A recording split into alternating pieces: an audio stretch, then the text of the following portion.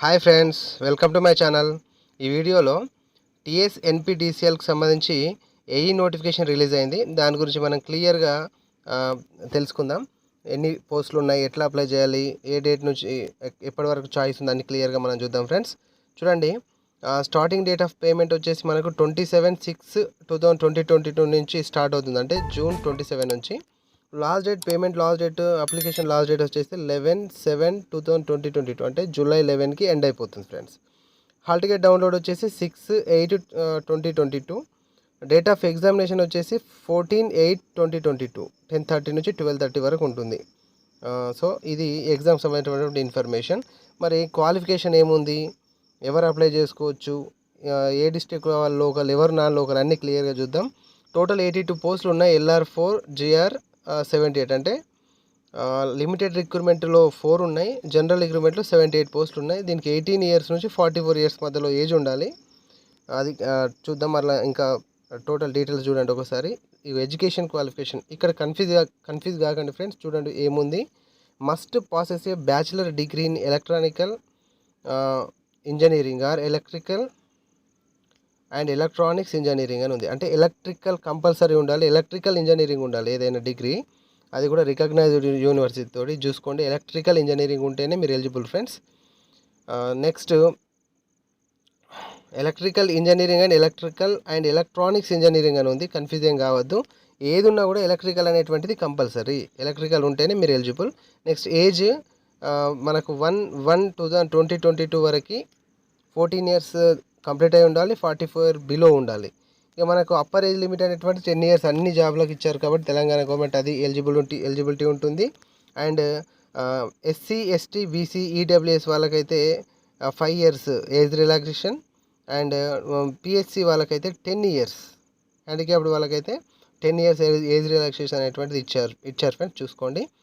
మీరు ఇప్పటివరకు నా ఛానల్ సబ్స్క్రైబ్ చేయకపోతే సబ్స్క్రైబ్ చేసుకోండి, లైక్ చేయండి, షేర్ చేయండి. ఎందుకంటే ఆల్రెడీ మీకు సంబంధించినటువంటి టోటల్ ఇన్ఫర్మేషన్ మీకు ఇస్తాను. ఇంకా దీన్ని ఎలా అప్లై చేయాలో, హౌ టు అప్లై అనేటువంటి వీడియో కూడా చేస్తాను. ఖచ్చితంగా సబ్స్క్రైబ్ చేయండి ఫ్రెండ్స్. ఆల్రెడీ Tsnpdclది నోటిఫికేషన్కి సంబంధించి టోటల్ ఇన్ఫర్మేషన్ మొన్న నేను పెట్టాను, చూడండి. అప్లికేషన్ ఫీ వచ్చేసి మనకు 200 అప్లికేషన్ ఫీ, ఎగ్జామ్ ఫీ 120, మొత్తం 320 ఉంటుంది. బట్ ఓసీ వాళ్ళకి 320 ఉంటుంది, SC ST BC and EWS వాళ్ళకు 120 అనేటువంటిది ఉంటుంది, 200 మాత్రమే ఉంటుంది. సేమ్ Tsnpdclకి దీనికి సేమ్ నోటిఫికేషన్ డీటెయిల్స్ అన్నీ సేమ్. కాకపోతే అది సౌతర్న్ పవర్, ఇది నార్థన్ పవర్. లోకల్ అనేటువంటిది మారిపోతుంది. అది మనం ఏంటో చూద్దాం ఒకసారి. సెంటర్స్ వచ్చేసి మనకు GHMC పరిధిలో ఎక్కడైనా పడవచ్చు సెంటర్స్. ఇది అనేది ఇవ్వదు, అది ఆటోమేటిక్గా సెంటర్ ఎక్కడ ఏ సెంటర్లో అక్కడ వేసేస్తుంది. నెక్స్ట్ ఎలా పే చేయాలి అనేటువంటి టోటల్ డీటెయిల్స్ ఇచ్చాడు. కానీ అవన్నీ మీకు నేను ఏ విధంగా అప్లై చేయాలో నేను అప్లై చేసి మీకు వీడియో చేసి పెడతాను. కాబట్టి మీరు ఆ వీడియో ఖచ్చితంగా చూడండి అప్లై చేసేవాళ్ళు. ఇక ఫోటో కింద సైన్ వచ్చేటట్టుగా మనం సెట్ చేసుకోవాల్సి ఉంటుంది. 50 KB లోపు ఇగో ఈ విధంగా సెట్ చేసుకోవాలి, అప్లోడ్ చేసుకోవాలి అందులో అప్లై చేసేటప్పుడు అప్లికేషన్ ఫామ్లో. సో టోటల్ డీటెయిల్స్ ఇంకా మీకు ఇప్పుడైతే ఈ నోటిఫికేషన్కి ఏ డీటెయిల్స్ అయితే మీకు అవసరం అది చెప్తాను. ఇక PH వాళ్ళకైతే మెడికల్ సర్టిఫికేట్ అంటే సదరం సర్టిఫికేట్ ఇట్లా ఉండాలి, అది మీరు దగ్గర ఉంచుకోవాల్సి ఉంటుంది. నెక్స్ట్ వేకెన్సీస్, రిక్రూట్మెంట్ రూల్స్ ఇవన్నీ మెన్షన్ చేశాడు. ఇవి మీకు క్లియర్గా మీకు అవసరం ఉన్నటువంటి ఏదైతే ఉంటుందో అది మీరు చూసుకుంటూ ఉండండి.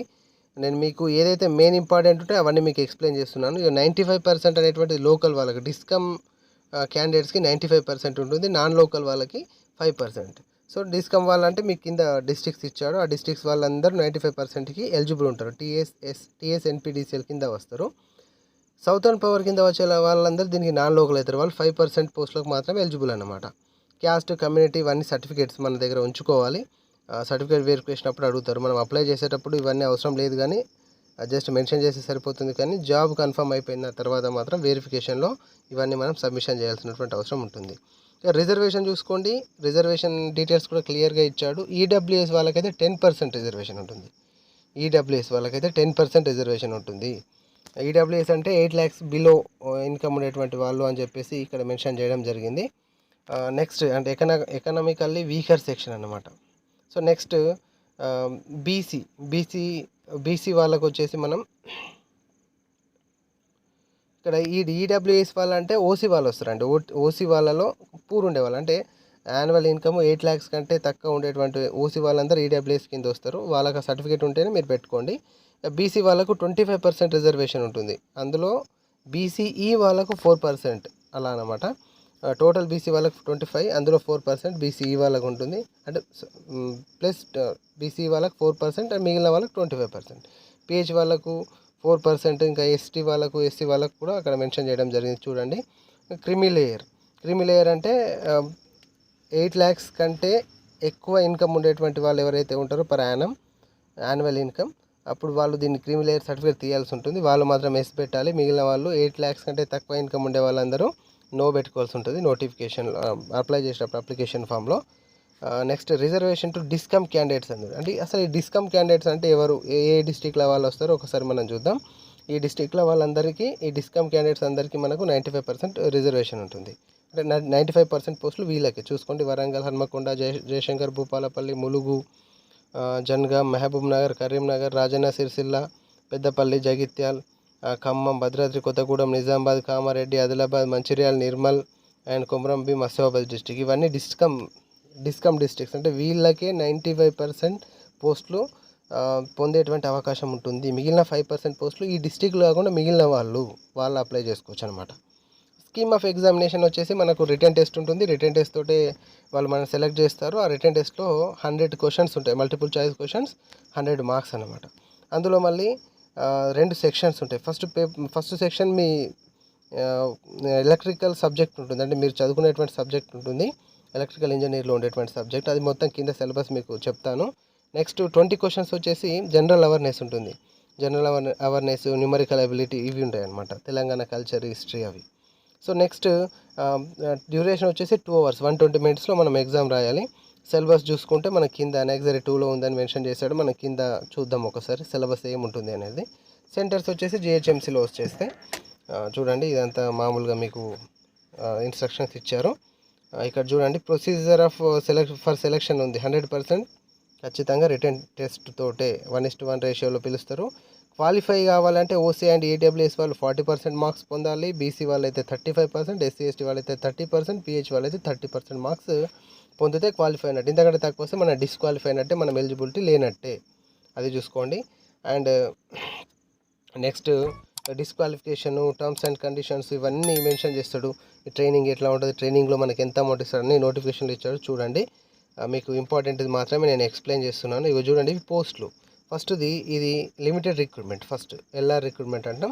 ఇందులో మనకు 4 పోస్టులు ఉన్నాయి. ఆ 4 పోస్టులు ఎక్కడెక్కడ ఉన్నాయి అనేటువంటిది చూసుకోండి. అంటే ఓసీలో ఒకటి ఉంది, బీసీలో ఒకటి, ఎస్టీలో, పిహెచ్లో ఒకటి ఉంది. అట్లా అంటే ఏ విధంగా ఉన్నాయనేటువంటి చూసుకోండి.